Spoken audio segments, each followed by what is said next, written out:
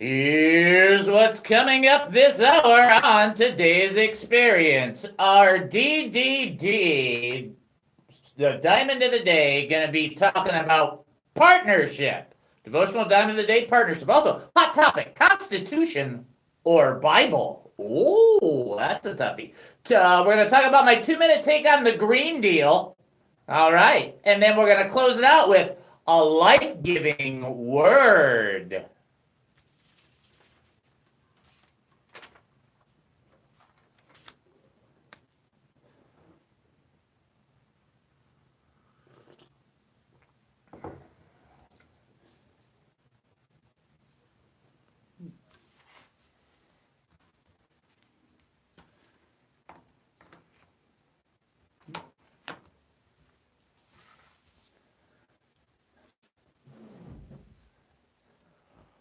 Welcome to the David Spoon Experience, local, national, and heavenly talk. Here's what else we're looking at during the show. Lessons for surviving, living, and prevailing.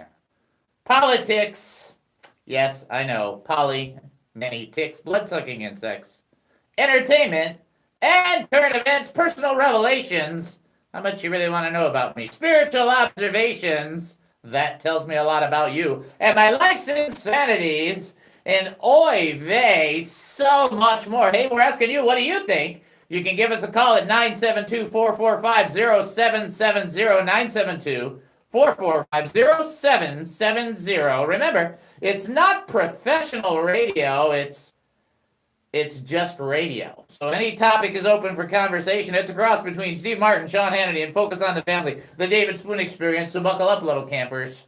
Here we go. First and foremost, a shout out to our good friend John,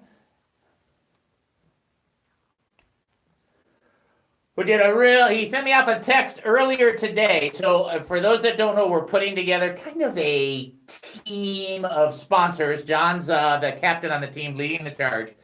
And he sent me off a text today, and he wrote, lots of hail, free inspections, 469 blessed. So you wanted me to let people know, look, if you are looking for somebody to check out your roof, we've already talked about this. It's not complex stuff. You want your blessed roof, or you want a roof? You want your roof blessed. So you want to talk to John. You want to go to the Blessed Roofing Company, theblessedroofingcompany.com. You want to give them a holler, 469 blessed. That's BLESSED for those that need a little help. Free inspections, especially with the hail that's been coming around.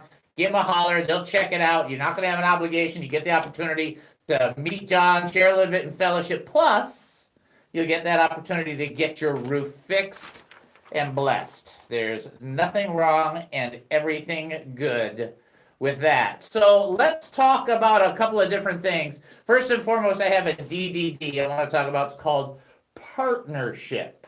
But before I do, let me tell you what happened yesterday. All right, now I'm going to share about myself, and I'm going to share about my own failings. So if you want to use this against me, get in line, okay? Just line up around the corner.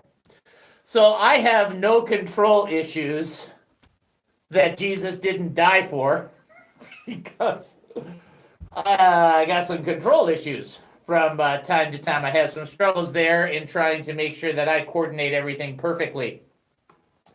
Now, again, and I've said this a multitude of times, I know I'm the only Christian who has control issues. I'm the only one that says, I'm going to have to make sure I do everything in case somebody doesn't do their part. So yesterday, before the show, I was in great angst. Well, let me tell you. I was trying to coordinate whether I should get this new URL because we're trying to just established the branding for the show. Now, let me tell you why all that stuff's important, okay? Because I've gone down this road. If I give you 10 different messages on how to get in touch with me or different things that are going on, it gets really confusing. Not just for you, it gets confusing for me to tell you. So I'm trying to kind of get everything lined up so that it's like it makes sense. So that, if there is anything going on in YouTube or in Facebook or any of the social medias for the website and everything else, if I kind of line it up, it makes sense. It's easy. People don't freak out, right? But to that end, my great strength, if you'll ask Goliath, because he even asked Dave, what's the matter, Davey? My great strength is not social media. Let's talk about that. For those of you that are 35 and younger, social media is probably no problem whatsoever. In our generation, my wife's generation per se, she's younger than I am. Not by a ton, but she turned 30 and then never got older. It's just 30 again, 30 again, 30 again, 30 again. That's been going on for 20 plus years. But anyway, the idea, not 20 plus years, but you get the idea, is in her mind, it was the penny saver. Right? That's how you would get people to know what's going on, is you would use something like a penny saver. In my generation, it was even before the flyers on the doors. It was pretty much you would tell your neighbor, and then you would go to your next neighbor and tell your neighbor and tell your neighbor, and that's how you would do things. It was kind of like a more direct line of marketing. Now it's social media. Everybody gets on the website. The people that run it make oodles and doodles and doodles of dollars, and you and I look at it and go, huh? Which is why we like things like the jitterbug. You can laugh, but don't tell me the jitterbug's not cool with those really big buttons. Come on, because you look at your phone and you go, what? 7? No, wait, that's a star. No, that's 0. No, okay. And I have reading glasses. I need a lot of help. So anyway, I'm trying to control all this stuff. And why am I trying to control it? Because control means that I'm in charge. It means that I can coordinate it.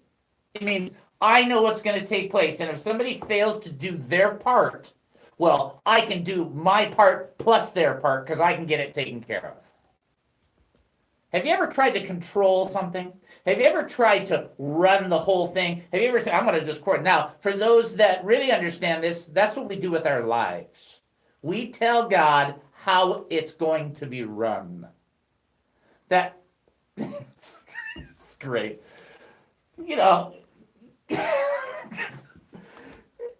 Because that lasts right up until you look towards heaven. And you don't have control. God controls. God is overseeing. God allows this, permits that. God declares this and declares that. In other words, what you try and do is we try to assimilate what control might be like in a faux universe, in a fake universe. And so what I did was that exact thing to my own detriment. I went and I got a URL, and I got a different Twitter thing, and I got this and Facebook, and I did all these things. And then we were reviewing that material last night. Guess what? Every single thing I did was useless. It was like, wait, I spent 8 hours the night before and that morning trying to control all this and put this together in just like this totally awesome package for my life. Yeah, oops. Totally useless. To the point that I had to call people back and ask for refunds. That's how bad I did. And then when I went under the more wise advice, I hate to admit this, of my son, oh gosh, I think I just got a rash. Anyway, when I used the advice of my son, everything I did in about 4.5 minutes. Got everything done that he said that took me 8 hours going the other direction and not getting it coordinated, and I had no angst. Now, why is that an issue, and why am I bringing that up? Because you and I do this not just in our lives, but circumstantially.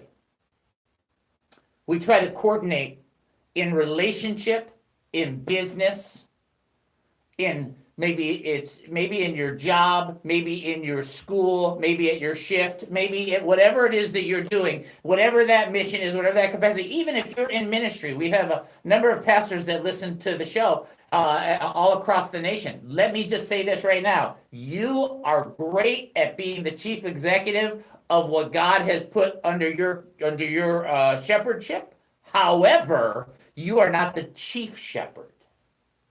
There is only one chief shepherd. His name is Jesus. And there is only one that has everything together, that knows the in and the out, the good, the bad, the up and the down, the A to the Z. And that's Jesus. Remember what Jesus said? I am the Alpha and the Omega. I am the A to Z. It's me. And so in all these things that you're trying to do, there's this point. And in this next segment, we're going to talk about, partnership with the Lord. But there's this point where you stop and you go, okay, I am not going to try and control everything that is taking place on every little nanobot element that's in my life. Some of these things, Lord, I just can't do it.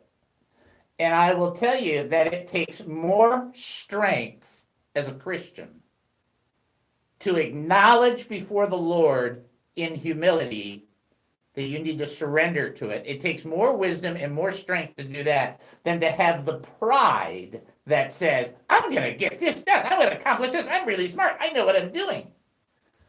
Not only do the people all next to you, not only do they not like that, God doesn't like that. So I was at a pastor's conference one year, and as you can imagine, in a pastor's conference, everybody wants to talk. 5,000 pastors. If we would have let anybody preach, it never would have ended. It'd still be going on 25 years later. And after everybody was making all this noise, you heard from the very, very back. Couldn't even see the person. All you could do is hear the voice in the auditorium. Yelled it as loud, and you could just hear this faint voice say, relax and enjoy the ride.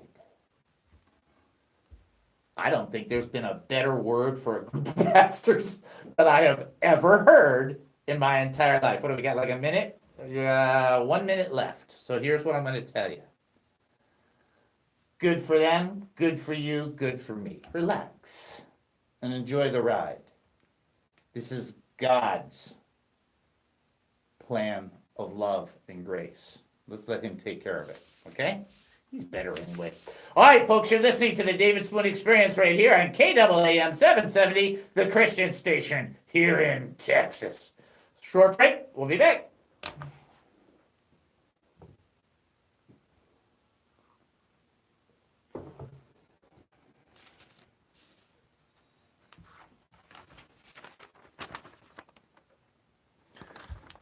This is going to be sound from the headset. The spirit of sin is growing and growing. Jesus said in Matthew 24, the love of many will grow cold. And if it's not the end now, it's certainly a lot closer than it was yesterday. You may be from a Baptist background. David Spoon has that. You may have a Pentecostal background. He has that too. You may have a non-denominational background. Yep, he's got that as well. You may be from the Church of Christ, Presbyterian, Methodist, Church of God, or some other denomination. But if you're looking for a show that's Bible-based, Spirit-led, and a bit nutty, give David a listen for a while. If you like it, great. If not, no worries. The David Spoon Experience. Weekdays at 2 on God Country, Texas, 770 KAAM. But Jameer, are you there with us? Yeah. Okay, do you think you have an answer on how many days between the resurrection of Jesus Christ and the ascension? Is it 40 days? That is correct, sir. You are a winner. Very nice. Did you have to look it up, Jameer, or did you know? The funny thing is, I was reading this book, The Purpose-Driven Life by Rick Warren, and then It was just talking about how God like transforms a lot of people's lives in 40 days, you know, and that happened to be one of the things that he was speaking about. So that was funny. I had just read that today too. Wow, great timing. It taught me something. It taught me something too. So it's funny how you just spoke about it on the radio show. So I just had to call in, man. I always listen. So the trivia question actually had a meaning for you. It did, and now that just pushes me to like be more into also my Bible. Because if I was like, I should have known that, you know what I'm saying? So, but you know, that taught me something. I thank you for at least having that question, because there's a lot of people who didn't know that, you know. So you're still teaching a lot of people. So thank you. The David Spoon Experience, weekdays at 2 on 770 Kingdom of Land. Are you sitting here? 45 seconds.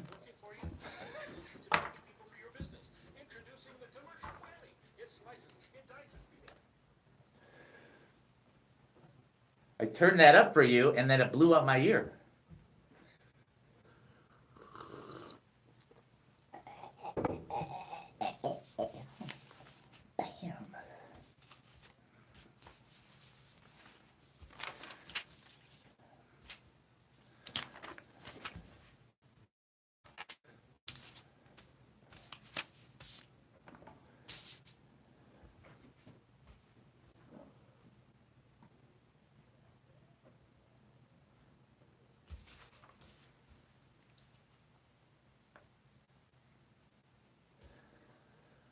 Oh, welcome back to the David Spoon Experience. Thank you for joining us here at KAAM 770, the Christian station here in Texas.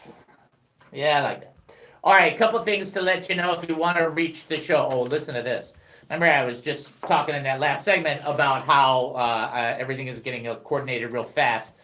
First and foremost, you want to reach the show, 972-445-0770. You can also call if you're somebody who's watching on the YouTube channel and you want to call and talk and you have a question, a praise report. That's always cool. Why? Because anytime you share a praise report, it's not just a blessing for you to hear it again, but it's a blessing for others to hear it. It's good to know that God is working in the lives of people around you. He encourages you. So you're welcome to call 972-445-0770 and do that. You can also get prayer, or you can share anything you really want, as long as it's not like super duper duper duper negative. You know, you don't have to agree with everything on the show. I don't agree with myself 10 years ago, because 10 years ago I would have said, Dave, you're fat. Now, 10 years later, I look back at 10 years ago, Dave, and I go, be quiet, 10 years ago, Dave. See, I don't even agree with myself. To let you know, there's a couple of different ways to reach out to the show. davidspoonmedia@gmail.com. Unbelievable. David Spoon Media on Facebook. If you go to the website, David Spoon Media or David Spoon, and then YouTube, David Spoon Media. Get the familiarity? David Spoon Media, it's all changed in 1 5-minute span. So that's kind of cool. If you want to get more information, I'm going to head into a quick DDD, and then I want to talk about the YouTube video that I did today that was earlier. It's called the Spoon Experience 2-Minute Christian Perspective. And I did it on the Green Deal. The Green Deal. Okay. I was going to tell a really bad joke, but I was thinking of what Don Jr. said, and I can't tell it. You know, about how do you make a Kleenex dance. All right. Anyway, if you don't know that answer, you'll just let you figure that out in a second. I want to talk about that partnership part because we were discussing we were discussing that element where we try to control things. Okay? So, yeah, probably not the best idea. Proverbs chapter 16, verse 3. Proverbs chapter 16, verse 3 says this: commit your activities to the Lord, and your plans will be achieved. Commit your activities to the Lord, and your plans will be achieved. Now, some people will say, well, that has to do with church work. Well, actually, no, it doesn't. Proverbs are wisdom sayings that are for life. So actually, church work would be kind of a stretch to put into that. This has to do with everything. That's not the key in this. The key is sometimes pictures speak more clearly than words do. One of my college papers, I wrote exactly on this verse because of the picture that is connected to it. The word commit is galal in the Hebrew. Okay, everybody say galal. I can't stand it when pastors make you do that, though. Does that drive you crazy? Okay, everybody say amen. Everybody say oh me. And then they'll say apostle, and then they'll go epistle, which is not the wife of an apostle. Okay. I know the pastors like to do that because they like to make sure people are listening. But when they say this, say this, say this, I'm like, what? I'm like 5, right? You're repeat this? Stop doing that. Anyway, galal is the word commit in Hebrew. Here is the picture. Ready? I want you to think about this picture because you can get this. You've seen movies where you'll really get a hand on this, or you've gone to the zoo or something. The picture comes from a word that has to do with a camel. And if you know, maybe you don't know, the camels used to take kind of like a train, maybe a train moving stuff from one place to another. So camels used to take loads and bring loads of whatever it is the person wanted. Well, galal is the picture of a camel reaching the end and kneeling down and rolling the load off. Okay, so what a camel doesn't do, so that you can have the right picture, a camel doesn't get up and dance and then unstrap and then shake and then the stuff falls on the ground. That's not what a camel does. A camel doesn't roll on its back and then take its 4 legs and go in the air like my dog does. A camel doesn't unload that way. A camel lays down on its side and rolls from the bottom of its stomach all the way up through to its neck. And that's how they unload the burden. They transfer the burden from themselves, usually into some kind of wooden structure or under the sand, whatever the case may be. And the idea of the word commit is to transfer by rolling off. And in this usage, it's being used from one person to another. So a good way for us to grab that would be if you had a backpack and it had, 20 bricks. And you were like going, not running the 50-yard dash in this thing. And then you sit down on the ground and you roll on the ground and you kind of get your body out of it. And then the next person next to you puts it back, puts it on, picks it up, and walks it for you. That's what it means to commit your activities to the Lord.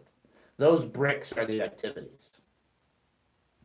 Now, there's a small problem in some of the prosperity gospel mentality, because that means, well, whatever your activity is, okay, it doesn't mean if you go and play Donkey Kong and commit that to the Lord that he's going to help you get the extra hammer or help you get the extra hand by beating the 3rd elevators. That's not what that is. It's activities that are submitted to the Lord for his approval and with his approval. So if your activity centers around you creating some fantastic universe for yourself, then you're missing the point.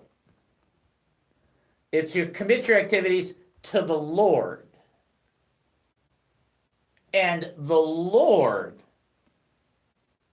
if he's in it, if he's with you in it, he's with me in everything. He's not with you in sin. So no, he's not with you in everything that way.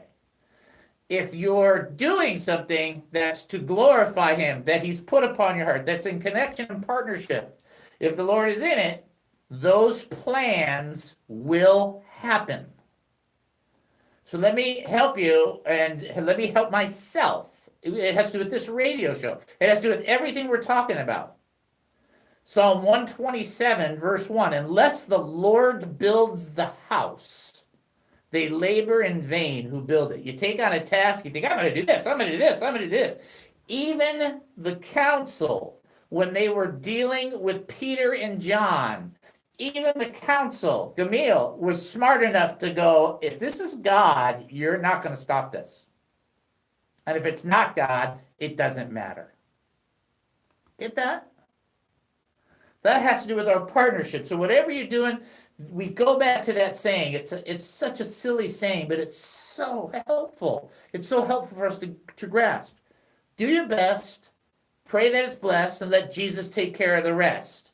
Now, it's fair to say, pray that it's blessed, then do your best, and let Jesus take care of the rest. You can say, I don't care. That's how the sticker came. That's how I remember it. What do you want? It's 40 years ago. But the idea is that whatever you're going to set your hands to, whatever you're going to do it in partnership.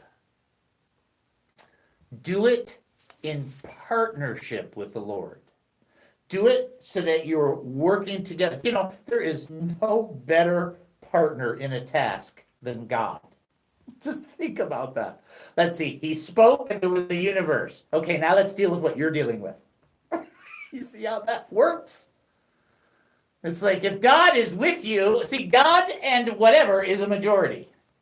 Well, everybody else says, well, that's good. Everybody else would not have approved of Jesus's plan for ministry. Got it? And you got to make sure that it's in the Lord, of the Lord, and you're doing it with the Lord. And you have to be willing to say, I tried, wasn't the best idea, didn't work. Hey, you know what? The universe doesn't cease to exist if you try something and it doesn't work. All right? And I'm just going to take this 1 minute here to say this because I just got to get it out of my system, and you'll hear me say this from time to time. And I actually wrote a paper on this not that long ago. The definition of insanity, according to Einstein, is to do the same thing over and over again and expect different results. First of all, one, Einstein never said that. Number two, the saying comes from 1981, the group that helped people get off of drugs, Narcotics Anonymous. Number three, the saying is doing bad things over and over again and expecting a different result is really like insanity. And number four, if the other thing was true, you would never exercise, you would never diet, you would never do anything. Because how many diets have you tried in your life? It's like, I tried that diet, it didn't work. Do it again. That's insanity. Sit down. That's not insanity. It's not the DSR number 3 definition of insanity. If, though, you are doing something bad over and over and over again, you're expecting it to become good, yeah, that's not happening. Okay? You understand? All right. Partnership with God. Unless the Lord builds the house, they labor in vain who take it on. They labor in vain who try to build it. Commit your activities to the Lord, and your plans will be achieved. Do it in partnership with God. You're listening to the David Spoon Experience right here on KAAM 770, the Christian station, right here in Texas. We'll be right back.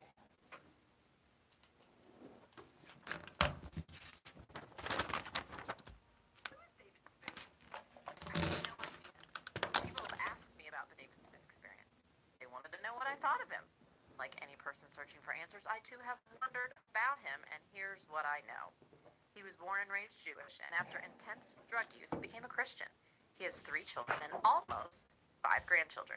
He has 3 separate ordinations from 3 different denominations, and a summa cum laude for his BA degree in ministry and leadership, as well as a master's degree of theology studies. He has a weird sense of humor and talks a lot. It's not I'll deserve it and I'll take stuff after it's spot on, not spot off. If people are taking wisdom and insight from the great teachers around the world, would they go to David? No, I don't think so. And those big ears really don't help him. But would they enjoy his perspective on life, culture, politics, food, sports, local and national news? I don't know. I guess people were going to have to listen to find out. The David Spoon Experience, weekdays at 2 on 770 KAAM. A big portion of being guided is asking. Prayer, when you're praying with people. Fellowship, amongst other people, can lead you to guidance. It's happened on more than one occasion for me. Counsel is obviously very good, both spiritual and not necessarily biblical. Also, practical counsel is good. Circumstances often speak to us and give us guidance. Open doors, or, for that fact, closed doors. We know his word gives us guidance. We know in 2 Corinthians 2:13 and 14, Paul said that he used peace of mind as an aspect of guidance. These are all the Holy Spirit leading and guiding us is, of course, the number one element for guidance is to be led by the Spirit. Right? These are all hugely important. The David Spoon Experience, weekdays at 2 on God Country, Texas, 770 KAAM. There's no need to fear. Carter Bear, come Here.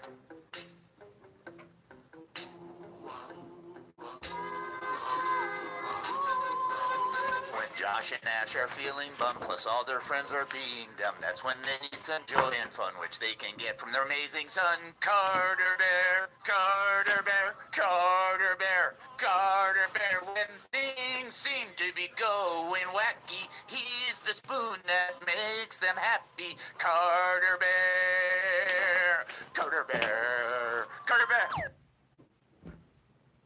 Okay. 1 and 6, and then we're out with the shotgun phone.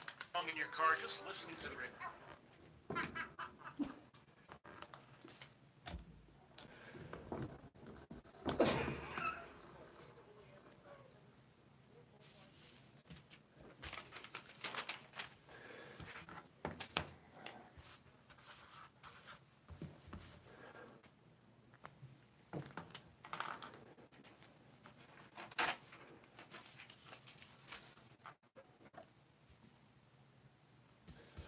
Welcome back to the David Spoon Experience. Thank you for joining us here at KAAM 770, the Christian station here in Texas. I like that. You're in Texas. I'm really kind of getting into that. Okay, let's see. Connectors. 972-445-0770. I want to make sure everybody understands Leonard as well. I did not forget trivia. Okay, we are working with the idea of some sponsors sponsoring trivia, and we are looking at some gift cards for trivia, but we can't do it all at once. Guess what? I don't have the money. I don't know how to say that any clearer. If you want to reach us by email, davidspoonmedia@gmail.com. You can go to Facebook, type in David Spoon Media. You can go to the website David Spoon, plus we also have David Spoon Media. There are two different sites. We're putting them together. Josh is doing a great job on that. And then YouTube, David Spoon Media. Getting the theme there? Okay, just making sure. All right, let's get into the controversial part of the show, because what's a Christian talk radio show without a little bit of controversy? Or at least a little bit of thought-provoking in the process. All right. So I want to ask this question real quickly. Constitution or Bible? Now, I know where I am. I'm not in California. If I was and I said Constitution or Bible, somebody would say whatever legislative branch could come up with the dumbest thing possible, that's what we're going to do. Because that is really what took place. And for those that don't think that kind of stuff really happens, I lived there when they put the ban on water, and then it rained for 3 days, and the state continued to water all of the parts of the greenery or the shrubbery that was all over while it was raining. You'd think somebody would learn how to do this. Click off. I don't know. It's a button. Oh, yeah, it's a button. So anyway, the idea there is to understand how blessed we are that we do have our Constitution, that we do have, for example, our preamble to the Declaration of Independence, and I'm going to talk to you about that in a second. But you also have to understand what prevails for a Bible-believing, born-again Christian. So I'm going to cover kind of three things on this, or try my best. First and foremost, I'd like to just set the record straight. Here is the preamble to the United States Declaration of Independence, 1776. I'm only going to read the first paragraph because you don't have to read very much more to understand what's going on. And this is what it says. We hold these truths to be self-evident, that all men are created equal, that they are endowed by their Creator with certain unalienable rights, and that among these are life, liberty, and the pursuit of happiness. So what has happened is people that can't stand the Declaration of Independence, that can't stand our constitutional positions, that don't want to pay attention to the preamble, are the very same ones that are going, you see, we have the pursuit of happiness, which is why we should have health care for everybody, which totally makes sense. Well, it totally makes sense if you don't know how to read. See Dick run, see Jane run, see Dick fall, see Jane kick Dick in head. Okay, here's what I'm trying to tell you. It says, among these rights are, now tell me if you catch this, ready? Life, liberty, ready, and the pursuit of happiness, not the provision of happiness. You understand? You understand that difference? Okay. So if it said life, liberty, and the provision of happiness, it could be argued.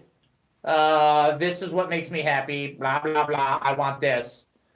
If you remember, like Cedra Flake, that flaky lady. Oh, my goodness. Anyway, the pursuit of happiness is what's promised us, not the provision, which means the government is not required to make you happy. That would be providing happiness. They can't do that. They can enable you to make the pursuit of happiness in life and in liberty and your efforts to pursue happiness. That the government can do if they stand true. But again, and I'm making this emphasis because you have to catch this. People will quote, oh, but it's all right to this, or it's all right to do this. You have the right to pursue happiness, not for the government to provide any sense of happiness. The government is not responsible for making you smile. If the government was responsible for making you smile, every person you know in the entire country would be on Prozac. That's how they'd solve it. Okay, everybody take your daily ration of United States pills. Because that's the only way to do that. You have to make happiness the pursuit on your own. And I do a whole thing on the pursuit of happiness, which really ties into being connected to the Lord. But the idea is to understand what the government can do or can't do or doesn't do. Now, with that said, I'm going to get in a lot of trouble right here. I take exception to part of the preamble. Why? You can't do that, Dave. You're in Texas. Right. People know how to think in Texas. They know how to read in Texas. It says all men are created equal. I wish they would have gone a little further in that definition. In this context, is everybody created equal? That's what they said. Well, does everybody weigh the same when they're born? No. Does everybody have the same social status when they're born? No. I'm not a Kennedy. I'm not a Rockefeller. I don't have a silver spoon. Listen, my last name is Spoon. A silver spoon. I don't have a 96 carat spoon in my mouth. Come on. And used, which is like, so this idea that everybody is created equal, who came up with that? Did you just see what happened in this big scandal with the schools, right? This big school scandal thing where they paid, like what the guy paid, $70 million, but my daughter earned her way in. Sure they did. Certainly. It's like, my goodness. But so does everybody have the same opportunity? No. No, everybody does not have the same opportunity. It doesn't matter what you say to everybody has the exact same opportunity. No, it doesn't. And I'll go you one further. If you're not a Kennedy, you're not on the same playing field as many in the Kennedy clan. For you, this will really bother you a lot. You have to love me and forgive me if I've hurt your feelings. And if you don't forgive me, God's going to be mad at you. So All right, so here's how it goes. Jacob have I loved, but Esau I hated. Oh, wait a minute. That doesn't seem equal to me. Jacob, Esau, not the same. Romans chapter 9.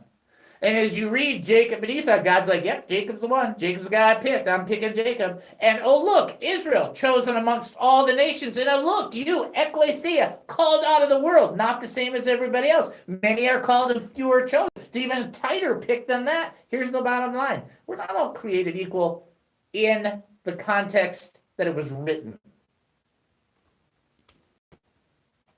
You're thinking, well, that doesn't seem fair. God has a direct response for people that say it's not fair. Get ready. I want you to make sure you hear it. It's biblical. It's in Romans chapter 3, 4, 5, 6, 7, 8, 9, 10, and 11. Here's God's response. Tough. God doesn't get, what do you, listen, God, I don't think it's fair. Okay, I'll tell you what. When you die and face him, argue with him. Let me know how it goes. You're not entitled to the breath you take, let alone to anything you get in this life. In fact, the fact that you have life is the gift. You already got it. You got 1 second of consciousness. That's a gift. You can just thank God for it and be quiet about the rest of it. And the idea that everybody's the exact same, I wouldn't marry me no matter how much I paid me. Talking about. Now, does that mean that that's a bad instrument? No! Best in the world that any human government has ever come up with. However, therein lies what I talked about on the 2-minute Christian perspective and on the Green Deal. What do we got? Like 3-4 minutes? I got 5 minutes? 5 minutes? I'm good. Okay. All right. Green Deal. Alexandria Cortez. They call her AOC, which stands for absent on credibility. Here's the bottom line. Capitalism, socialism, communism. These are the 3 major players in the isms when it comes to man-made government. Do you know the Bible makes reference to all of them, supporting none of them in a certain capacity, but makes reference to all of them. Here's what we know about capitalism, that you making as much money as you can and getting as much back as you can before you have to give it up. Here's what we know about socialism. No matter how much you make, if this guy's not making enough, we're taking it from you. Here's communism. No matter how much you make, you're going to give it to us or we'll chop your head off. This isn't hard. And so what does Mitch McConnell do? He's making everybody make a decision on the new Green Deal. This is what I said in the 2-minute dealios that you should listen to on YouTube. It doesn't matter if it's capitalism, socialism, or communism. Each of those 3 are run by sinful people. Who cares? First, I mean, it's so absurd. People run all of these. Oh, well, capitalism is this. Wait, sinful people running it. Well, socialism is this. Sinful people running it. Communism is this. Sinful people running it. I want my financial life and my abilities and things to be in connection with God and harmony with God, not with what some dummy says.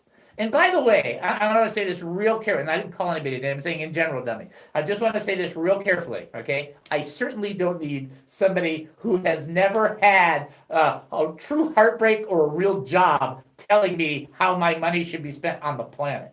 Come on. I'll tell you what, why don't you spend a few years living and then we'll sit down and talk about it. Anyway, it should be connected to God, not people. Hello? You're listening to the David Spoon Experience right here on KAAM 770, the Christian station here in Texas. We'll be right back.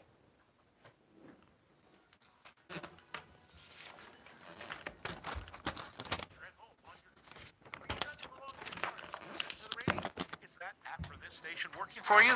Don't you wish you could reach people for your business? Introducing the commercial whammy. It slices, it dices, it cleans up dirty spots lickety-split and makes julienne fries. And right now, for a tremendous discount, you can have a commercial whammy too. All you need to do is call KAAM or send an email to davidspoonmedia@gmail.com and bam! You have your own commercial whammy before you know it. Call now and you can get a second commercial whammy for half the price. That's right. Call now for your very own commercial whammy. 972-445-1700 or email davidspoonmedia@gmail.com. Don't delay. Call today. Operators are standing by. What is the purpose of human creation? God was bored and wanted a Tinker Toy set to play with.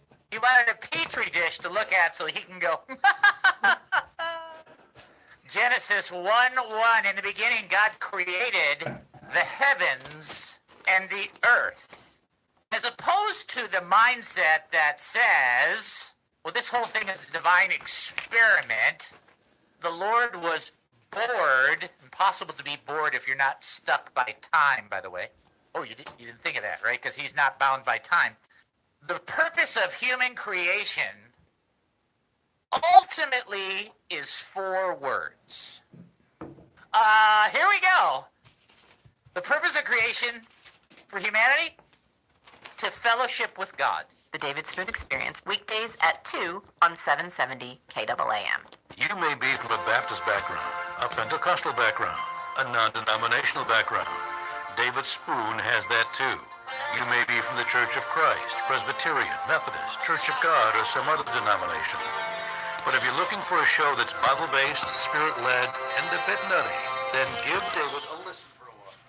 If you like it, great. If not, no worries. Then David's Experience. Days at 2 on God, Texas, 770 KAAM.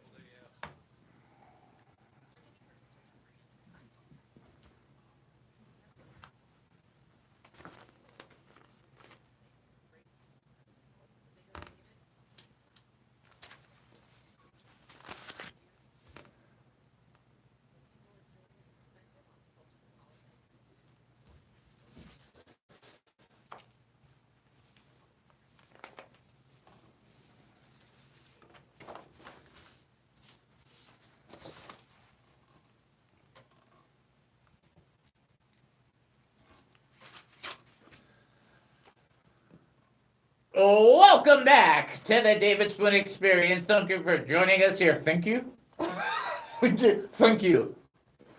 you for joining us here at KAAM 770, the Christian station here in Texas. Thank you. It's like an English person who just squeezed their head through a hole. Thank you. Wow. There's a little work there. And don't be thinking I'm making fun of people from England. Okay? My mother-in-law is from England, so nice try. Oh, it's not like we don't make fun of her. That's not what I'm saying. I'm saying, I'm kidding. I did want to actually answer the question. I thought it might be a good idea to actually answer the question. What is, in regards to priority, Bible or Constitution? It's Bible. I should have said that in the very beginning, so I'm sorry I didn't say that more clearly or with more clarity. The Bible, the 66 books, 39 in the Old Testament, 27 in the New, 40, most likely 40 authors, but it could be 39-ish, with a little debatable there on Hebrews. And then also understanding that they are spanning not just different professions, but different times, and all pointing to Jesus Christ, if you know how to read and listen. And so those books constitute, it's not like you worship the Bible. It's not, an altar that you build to the Bible, but the Bible speaks the voice of God, because the voice of God is what was breathed into Adam, his breath, I should say, and his breath, 2 Timothy 3:16, is what went into the Word of God. So when you read the Word of God, his breath comes on you and it gives you refreshing. What does the devil do? Makes the Bible the hardest book to read. Have you ever noticed that? It's so hard to read. If you're a King James fanatic, that's fine. Just stop bothering other people that don't like King James, okay? Thus saith the Lordeth, okay? It's like, come on. I don't have to thus say anything, is what I'm trying to say. And if you're a person that's having a really hard time, try a different Bible translation. I think that's probably the best thing in the world to do. I personally am one of those people. I've read 35 different translations, cover to cover. And 100 times more on NIV, NASB, ESY, because I find this book to be absolutely fascinating. I take more to heart maybe than some people that, somebody came down and said, look, read this book, you'll get it, and then took off. And then left the Holy Spirit to say, hey, read the book. Hey, read the book. Hey, read the book. Okay. And then that helps me. It helps me hear the voice of God in the Word. And then when the Lord speaks to me personally, guess what? It's not such a strange thing, because I know what he sounds like because I'm reading his Word. You see, you see how that works? So if you spend enough time there, and then the Lord speaks, then you know more what it's you. Oh, these must be the lotto numbers, because I got them right after I hit my head and ate that spicy tomato. Like, come on. Help me out, will you? All right.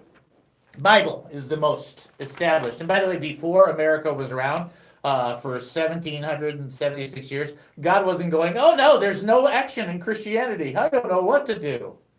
Contrary to some popular religions that exist that require underwear everywhere. I'm just trying to tell you, God's not up there going, oh no, it didn't work. Jesus said, I build my church and the gates of hell shall not prevail against it. Some people say, well, that's offensive and defensive. Jesus made it pretty clear. The gates of hell will not prevail. If there was no true church between the death of the last apostle and somebody being born in the 1700s, then the church would have lost in that prevailing war, and Jesus would be a liar. So pick. Either Jesus was right, or, okay. That's like that. I made that easy.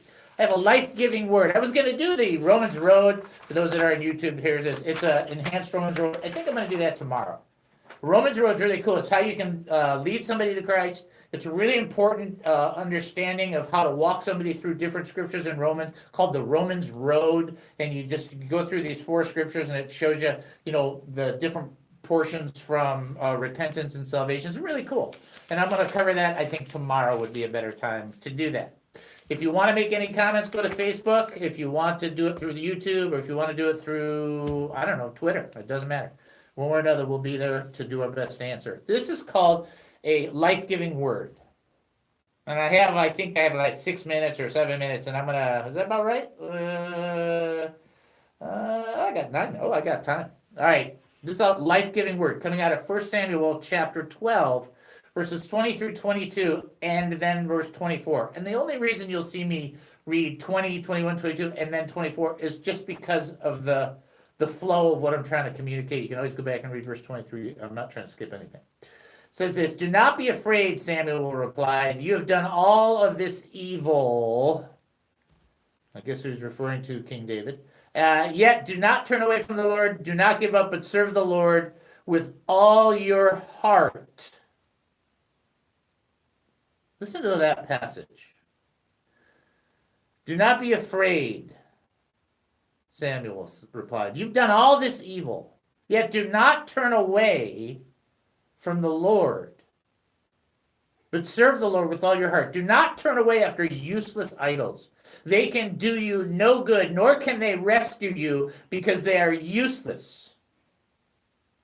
For the sake of his great name, the Lord will not reject his people, because the Lord was pleased to make you his own.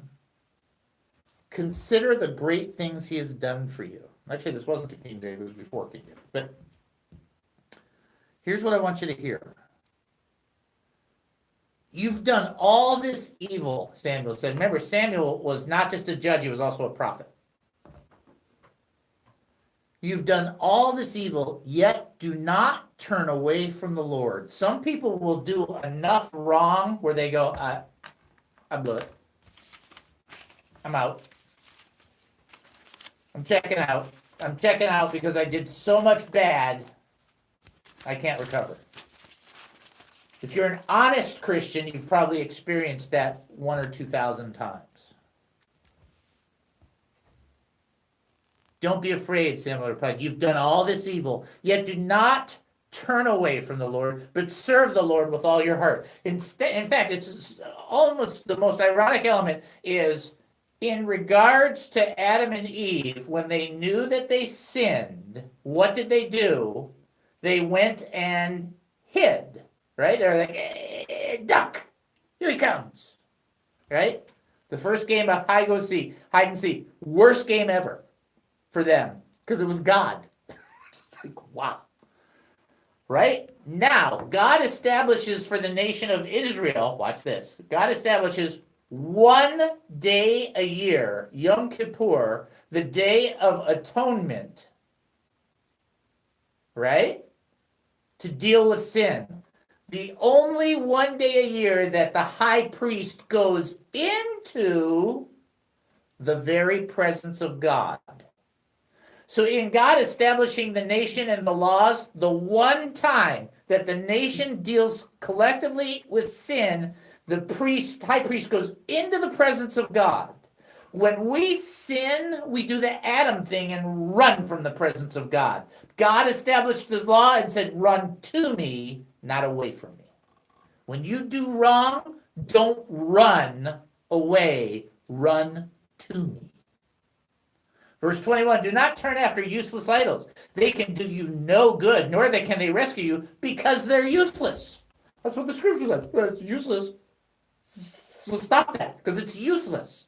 Verse 22, for the sake of his great name, the Lord won't reject his people, because the Lord was pleased to make you his own. God didn't choose you and go, boy, I hope this turns out good. What? Boy, I picked them. I'm really rolling the dice on this one. 27, red. Come on. He chose you. He knows you. And how Samuel wraps it, how he concludes it. A great lesson for all pastors when they're preaching. He concludes it by saying, consider what great things he's done for you. In other words, if you want a testimony that the Lord hasn't turned away from you and that you shouldn't turn away from him, if you want a testimony that you should serve him with all your heart, if you want a testimony that idols are useless, if you want a testimony that the name of the Lord is so great he won't reject his people and he was pleased to make you his own, then just simply consider all these fantastic things he's done for you in your life. All you got to do is go, wow. Yes, I'm talking about the death, burial, and resurrection of Jesus Christ being a sacrifice for you. But I'm also talking about his full witness before and after. That's powerful stuff. That's life-giving. Consider what great things he's done for you. Sit down and think about what he's done and then say, yeah, wait a second. Lord, I'm turning towards you, not away from you. I move my face towards you. He's pleased to make you his. He loves you. He might not love you, but he loves you. Good enough. Who am I to argue with God? See, little Yiddish intonation, sorry. Consider what great things he's done for you. Think of it that way. What do we got, like 30 seconds? 1 minute. 1 minute, I challenge you. When you know you've done something wrong, turn towards the Lord and not away from him. And when you turn towards him, remember how much grace and mercy he's poured out on your life. Okay? All right. You've been listening to the David Spoon Experience right here on KAAM 770 Christian station here in Texas. Going to take a 23-hour break. Then we'll be back. God bless.